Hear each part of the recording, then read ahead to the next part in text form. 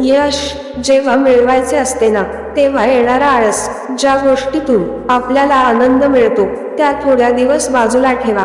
खरं तर आपलं स्वप्न आणि यश मिळवण्यासाठी असणारी जिद्द आणि त्यासाठी करावे लागणारे कष्ट, घ्यावी लागणारी मेहनत, यातच आपलं सुख, आपला आनंद साजरा करायला शिका. म्हणजे यश पण मिळेल आणि ते मिळवत असताना होणारा त्रास आपल्याला जाणवणार देखील नाही.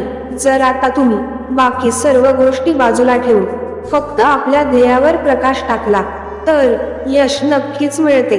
खरं तर काय करायचं काय नाही हे आपल्याच हातात असते. यश मिळेपर्यंत दिवस रात्र एक करा, पण थांबू नका. आता हेच ते दिवस आहेत. एकदा वेळ निघून गेली की मग आपल्या हातात राहते ते फक्त पश्चाताप करत बसणे.